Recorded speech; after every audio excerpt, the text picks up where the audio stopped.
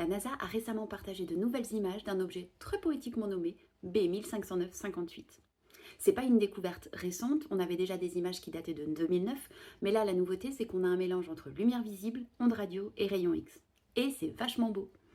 Ce que tu vois là, c'est un pulsar et sa nébuleuse située à environ 17 000 années-lumière de nous dans la constellation du Compas. Et tu vois cette forme spécifique, on dirait une main tendue. C'est pour ça qu'on a un petit surnom bien plus sympa pour cet ensemble, on l'appelle la main de Dieu.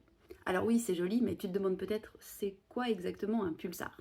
Eh bien un pulsar, c'est une sorte d'étoile à neutrons. Et c'est quoi une étoile à neutrons? Une étoile à neutrons, c'est ce qui reste une fois qu'une étoile massive, approximativement entre 8 et 20 fois la masse de notre Soleil, a utilisé tout son combustible et meurt.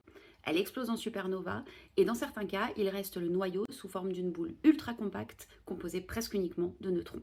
Les étoiles à neutrons, c'est les objets les plus denses qu'on est en mesure d'observer dans l'univers. Plus dense que ça, il y a les trous noirs, mais on ne peut pas les observer directement. Pour te donner une idée de la masse, l'équivalent d'un morceau de sucre d'une étoile à neutrons pèse autant qu'une montagne. Et parmi les étoiles à neutrons, certaines ont des caractéristiques spécifiques et on les appelle pulsars. Les pulsars, ils ont un champ magnétique colossal, ils tournent extrêmement vite et ils émettent des rayons très énergétiques, principalement sous forme de rayons X et gamma. Et à cause de la rotation de l'étoile, ces faisceaux tournent comme la lumière d'un phare et quand ils pointent vers la Terre, on les détecte comme des flashs. B1509-58, c'est pas le pulsar le plus rapide qu'on ait détecté, mais il fait quand même 7 tours sur lui-même en une seule seconde. Cette rotation, combinée au champ magnétique immense, 15 000 milliards de fois celui de la Terre, accélère les particules à des vitesses folles et donne naissance à des vents ultra énergétiques. Ces vents entrent en collision avec les gaz et poussières restants de la supernova et créent cette nébuleuse brillante et gigantesque. Le nuage rouge en haut de l'image, c'est ce qui reste de la supernova qui a formé le pulsar. Le pulsar lui-même, il est au centre, mais avec ses 19 km de diamètre, il est bien trop petit pour qu'on puisse le voir. Et la forme de main, c'est la nébuleuse qui s'étend sur 150 années-lumière.